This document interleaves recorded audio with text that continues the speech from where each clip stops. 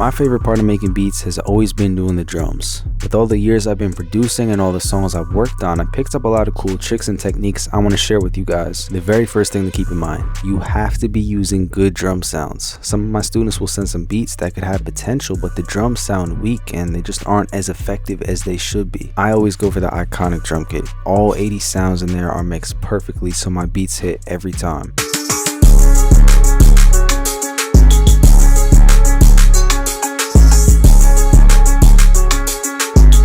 Every producer should have that kit.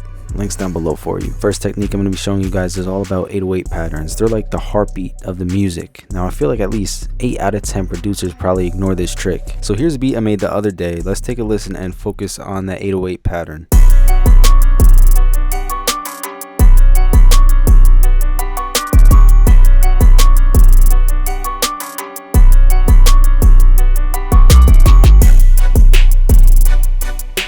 Our goal right now is to put some more life into the 808. So let's actually go into the pattern. We got 808 Thunder from the iconic drum kit loaded up.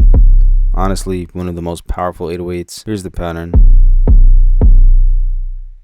The same way that you can add so much life to hi-hats by messing around with the velocity of percussion loops like you would in drill music and stuff like that, you could do the same thing with 808s. Now I'm not saying like take the main notes and drop them and raise them or whatever. See what happens when you drop the velocity of like the smaller, shorter hitting notes like that? It puts more emphasis on the next note that hits. Let's go into a more detailed pattern like this.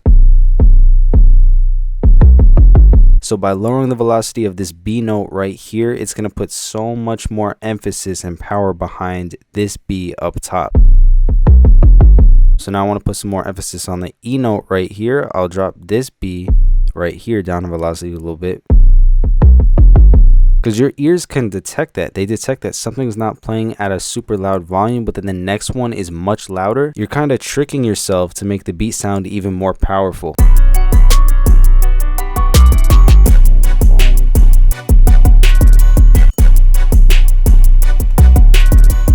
See that? Just listen. And that's really what we're trying to get at, just making it sound more dynamic and less static. Giving it some more movement, not necessarily by changing the notes, but by changing the velocities. There's so many things you could do with 808s. I did a whole video over 20 minutes long teaching you how to perfect them in my Master of Drums course, plus a video on creating great drum patterns and another video on perfecting the mix. The whole course goes super into detail, much more than I go on YouTube, exploring trap, R&B, and drill techniques to help you get much better with your drums.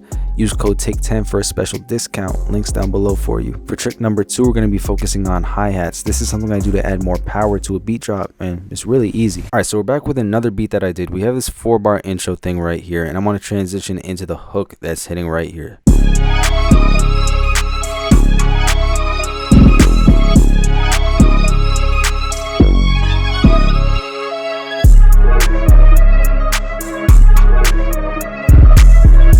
So the trick with the hi-hats, we're not going to be messing around with patterns in the channel rack and stuff like that. So I'm going to go grab another hi-hat. Let's see, from the iconic drum kit. Hat always is always perfect. That's why it's called always, because I love to use it all the time. You want to grab a nice hi-hat like that. We're just going to add this pattern right before this beat drop right here. And let's grab the paintbrush tool. Hold right click on your mouse and drag down in a diagonal line to evenly spread out the velocities going down, and really try to exaggerate it, get the best velocity range from highest to lowest that you can get. After that, I'll go into panning here. At the very beginning, I want it to be the most exaggerated, so I'll do like 3 boxes up, 3 boxes down, 2 boxes up, 1.5, 1.5, and then 1 and 1. You're going from super exaggerated pan to more subtle in that order. Right, so that sounds great. Let's put that into the mixer, and what I'll do is add some reverb. Get like a good amount. You get up the mix level a little bit. I'm going to go into Edison. I'm going to hit on play, and we're going to record. And it's important that you let it play for a little bit, even after the hi-hat roll plays, just to get some excess reverb right there. Drag this in. We can get rid of this pattern now. Double click this and hit reverse. Now zoom in. Let's get technical. You can put the grid on none, and you want to line it up right to where that bar hits, and then cut that excess right there. To get rid of that click at the end, fade it in a tiny bit like that, and you should be fine. Into the new hi-hats. So now all together, you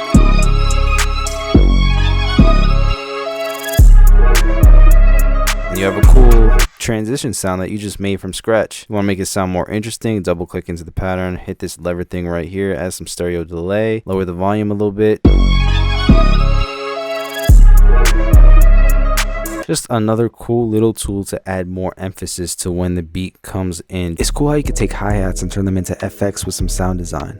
For more creative ways to use hi-hats, the Master of Drums course is perfect for you. The people who have taken it have seriously improved their drum skills. Getting the bounce and the rhythm that you want on top of mixing it is something producers struggle with, but I made this course to help, and I'm glad to see it works for so many people. The last technique I'm going to show you today is something I call call and response percussion. Now, if you ever heard of a call and response melody, you know it's like a little melody riff that plays, or the call, and then a little bit after that another melody riff plays, which is the response. Obviously, you don't make melodies with percussion, but you can still apply the technique, so let's check it out. All right, so here is yet another beat that I did. Now before we add the percussion, I'll let you guys hear it.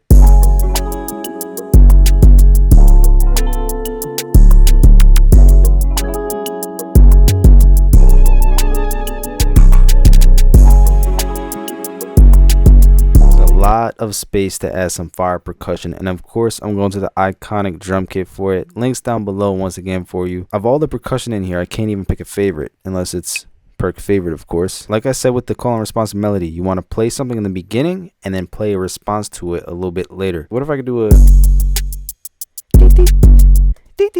something like that right here? I think it's that. Boom. Then we need to hit it with a doot doot with a cowbell, yeah. Doot doot doot. Changing the pitch as well.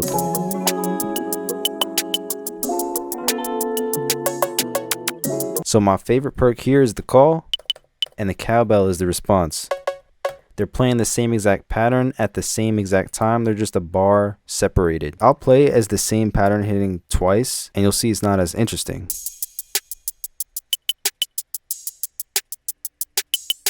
So when we bring that cowbell in instead, you're adding one, another texture, and two, you're changing the pitch. So it just makes it so much more interesting.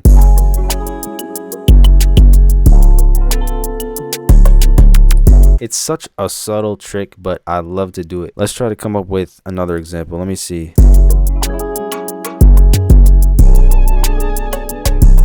See, and there's another one just like that. They're playing the same exact pattern. It's so much more interesting to use different sounds rather than hear the same perk sound doing the same pattern over and over again.